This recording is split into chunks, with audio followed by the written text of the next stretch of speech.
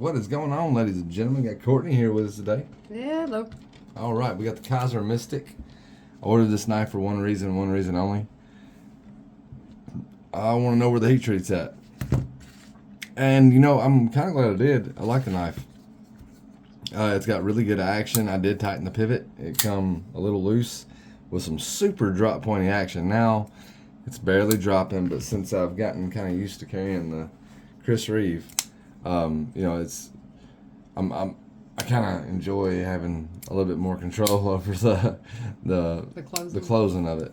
Anyway, so the Kizer Mystic, 8.75 inches overall. It's 4.5 ounces. I got a 3.75 inch blade. You're gonna need a T. Where are those tools at? Both of them are right there. No way. Need a T6 for the body screws and a T8 for the pivot. Got titanium bolster lock. It's really a titanium frame lock with an insert, or no, I guess an overlay, micarta overlay, and you know it's got a cutout in the frame here. Micarta kind of stays still. Kind of cool because like if you have problems with the like applying pressure to the lock bar while you're trying to close it or whatever, you don't really have to worry about that. But you don't really have that much of a, you don't really have a robust frame there. You know, it's the relief is very thin, especially at the actual relief right here. We're talking extremely thin portion of the frame. I'm not concerned about it, but like, I mean, I suppose under like extreme duress, which this knife is probably not designed for, you might have some problems. It's not, you know, it's definitely not a full thickness frame lock, right? Like you would get on a Chris Reeve and Cozy, which you do get a relief, and it does get thin, just not as thin. But anyway, still pretty thin. The ergonomics on this knife is phenomenal. It's got really good jimping. It's not aggressive jimping. To some people, it's not aggressive enough. Especially on that front flipper, which it does have. The thumb studs are, you know. This thing opens like it's really easy. Yeah, Courtney can operate it just fine. It does have the linen micarta that does stain up really easy. Full disclosure, I got this from Mojave Outdoors, and it was marked down from $170 to $101 on eBay, on their eBay store, right? So, I get it, and it says it's the last one. And I wasn't going to pass it up. You know, REX45 steel. I want to know what the heat treat is. I've been keeping up with Neves and love them knives. You know, like Neves got a short where he's sharpening the knife, and love them knives has got a video out. And I've been trying to like hold my breath and wait for somebody to release a Rockwell hardness on the knife, and we haven't gotten that yet, and that's totally cool. You know, I've got access to a machine. If we can talk Jed into that before I get my machine, you know. But regardless, one way or the other, we'll either post something pretty soon, go over Jed's house and test it. We'll get that on video, or we'll wait till my machine comes in and we'll. I'll say that I did it. She did it on camera. Can you reverse look it? I don't know. Probably not, because, well, no, I can't get a grip. It's too long for that. It's a long knife, yeah, for you, yeah. Now. Okay, I'm done. Yeah, she's done. You were done before the video started. Shut up. So, size comparison. This Cold Steel 4 Max Scout. It's a pretty good size knife, man. You know, like it's not as full size as No, I think the thinner handle in this longer blade still feels reasonable to me. Right. Chavez Redemption 229. So it's longer than the Chavez 229.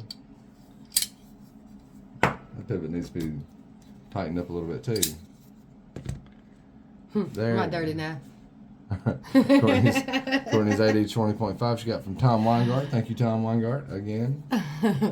Since she never tells you thank you for nothing.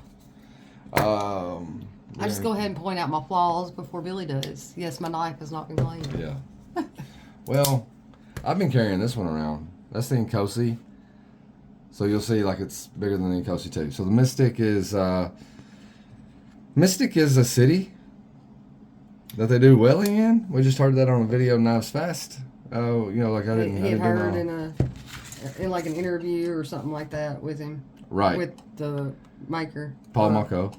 Designer. Yeah. So he, it's got like this harpoon. It's like like I really like the forward cant on this knife.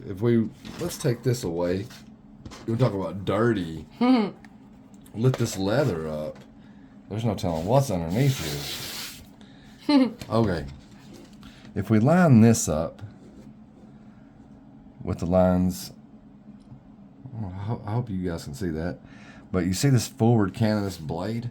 It is a drop point, kind of a clip point too, because it comes back up, right? But it's also, like it's got this forward cant. So when you're holding it in your hand, the blade's already moving forward, and that's great for push cuts and stuff like that. So you also got a back cant on the handle, and it just does wonders for ergonomics. And I don't know if you noticed, but when you had it lined up along the line, like it at its lowest point there is matching up in a perfect straight line over here. It's got good design cues. I don't know if you'll be able to see it or not, but this REX45 is already turning colors. I'm kind of wondering if this one might have been a customer return, because the it had a lot of stain on it already. Yeah, it was in the box, but it's kind of dirty already or stained up, which Lennon micarta is going to do that anyway. But we haven't had it but a day. Yeah, we just got it yesterday, and really haven't handled it that much. And the REX45 is already like bluing, and that's fine. It's not a stainless steel. REX45 is not a stainless steel, so we expect it to not perform like a stainless steel. That leather's pretty dirty too. I was gonna say your leather, you done drop stuff all over too. Yeah, you probably did it. But what else to be said? So the milled pocket clip. It's not reversible. It's not reversible. The screws on the inside. I really like the lanyard hole on this thing, man. Like the lanyard hole is a bar. And it's, like you just put your lanyard. It's a top loader. Yeah. That's not what it's called. But anyway, it is like it's a hidden lanyard hole. It's not another hole in the handles. Right. Not another hole in the handle. So like it's a very well thought out design. Another thing I liked about it was like, especially on larger handled knives with my smaller hands, typically the pocket clips are going to be what's a hot spot for me, because the spoon up ones want to dig into the center of my hand. If they're too bulky, I have issues with how my hand holds these longer handles. But this pocket clip is nice and flat and straight. Yeah. And it does not create a hot spot for me. It's a no-nonsense pocket clip. Yeah, because as you can see, most of that pocket clip is still back there. So it's this portion right here and these bigger handles that usually scoops up or something, and it always ends up digging around in here. Right. So I was pleased that pocket clip was nice and straight and flat. And this action does get better. When I tightened it up, I did notice the blade moved to the left just a little bit, and I didn't make any adjustments. I just turned the camera on. We came back here, we sat down, and there's nothing wrong with the action at all. But like it's not dropping as it was easily. Dropping quickly. Yeah, it was like wanting to chop my fingers off. And it doesn't have a whole lot of room to drop down on like a finger choil area. You really don't. Like it's gonna touch your skin. The blade is. Or it's gonna touch your fingernail. Right. It comes down fast, but at least the blade's not heavy. You know, like speaking of which, it's got a. Where's those calipers? There we go.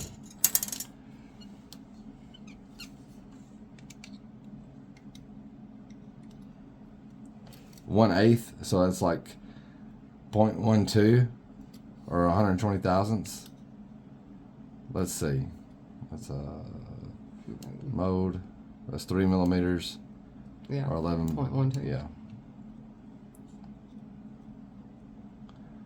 .1180, so 11 thousandths or whatever. No. 110,000. Yeah. 118 thousandths.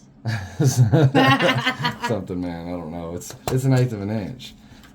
So yeah, man, I like the design. And at $100, I really felt like it was just a no-brainer. And I'm kind of eating crow because I did come out with a video at some point that said I wasn't ever going to be buying a Kizer again. He eats crow a lot. I do eat a lot. He's of crow. impulsive. I kind of like the taste of crow. Obviously. You know, live a little. You know, live a little. I like the taste of crows. Crows gonna like the taste of me. If men would just listen to women a little more often. Wow, what the hell did you say? I said, what's the difference? Americans do it to Americans too. I bet this is a good size comparison knife.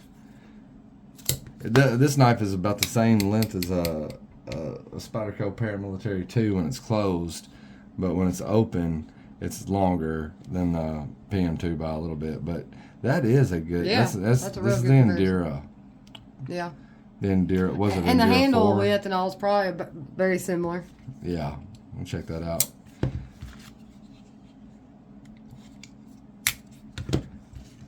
Let's do check that out. Or the handle length is pretty similar. Yeah. The handle I figure the width probably it is about is. the same too. It's about identical. And this way too. It's maybe a little bit wider. Oh, that way too? Yeah, like in your hand. The depth, I guess, of the handle is Okay. going to be very similar on those two as well. Yeah. Yeah, the Endura may be a little thicker back here. Where this one narrows. Yeah. Not in a generic Benchmade type of way, but it does narrow. Yeah. But see, like that right there is the perfect example of what I was talking about. On these longer these handles, scoops. that's going to dig right into These my are hand. spoons, man. You know, Yeah. like the pocket clips come out in 1987. It was a Sal Glisser thing, and you know, like really, man, 87.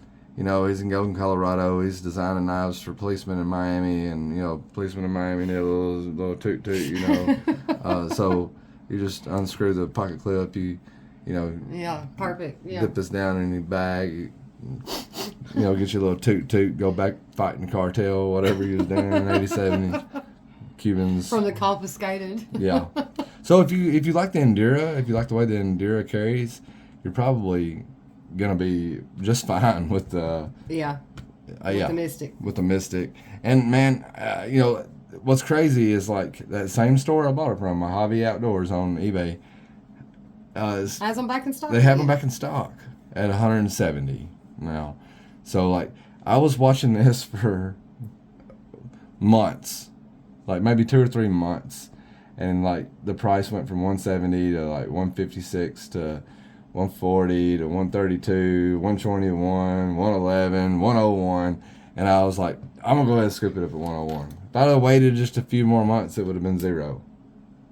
Yeah, because it wouldn't have been there. But now they got a new shipment in, and I don't know what the hell's going on. I thought they were going out of business, so I figured this was a liquidation knife. You guys know more about that than me. And it may still have been a liquidation. They may have just been trying to get rid of the returned used one before they get rid of the other. That may be what it was. And we're not saying it was a return used one. I'm just saying it looks like it's been handled a lot. Yeah. For an online I got store. no bitches about it. I don't really care, you know, because it's not a big deal to me. I use my knives, but like I said, I bought this knife for one purpose, and that's to get the HRC. And when we do get the HRC, we're gonna get the HRC right here on this nice flat that hasn't been ground yet, and that's gonna give us plenty of opportunity to test it on a flat. But one thing I will say is the machine that we'll be using has got such a small diamond indicator, indenter, whatever you want to call it, that it's certified for U shapes. So if it's certified for a U shape, we can test it on this grind as well. So if we want to test closer to the edge, then we can also do that, even though it's not a flat surface. Doesn't matter. Something, you know, like if the indenter is big, it needs to be flat. If it's small, see, like, you know, the heat treat machines that we used to work with was Toyota, Nissan, and Honda. there wasn't a flat spot on any of those parts. Any of those parts. Not a single flat spot on any of those parts. Like, so when we were testing the heat treat, it was literally in a, you know, in the divot of a U, but the indicator was so small that it didn't affect it. Yeah, that's what those indicators Yeah, or the those larger one, when indenters. you got curves, it's gonna, all of it's not gonna be on a surface. Exactly. So anyway, that's the Mystic. It was a pleasure talking with you again. Been a little while. It has been a little while. I haven't talked to Courtney since the last time me and Courtney did a video back here. But you guys have a great one. Until next time, keep an eye out for the Appalachian Knacks. Everybody's going to need one. We'll catch you on the flip side.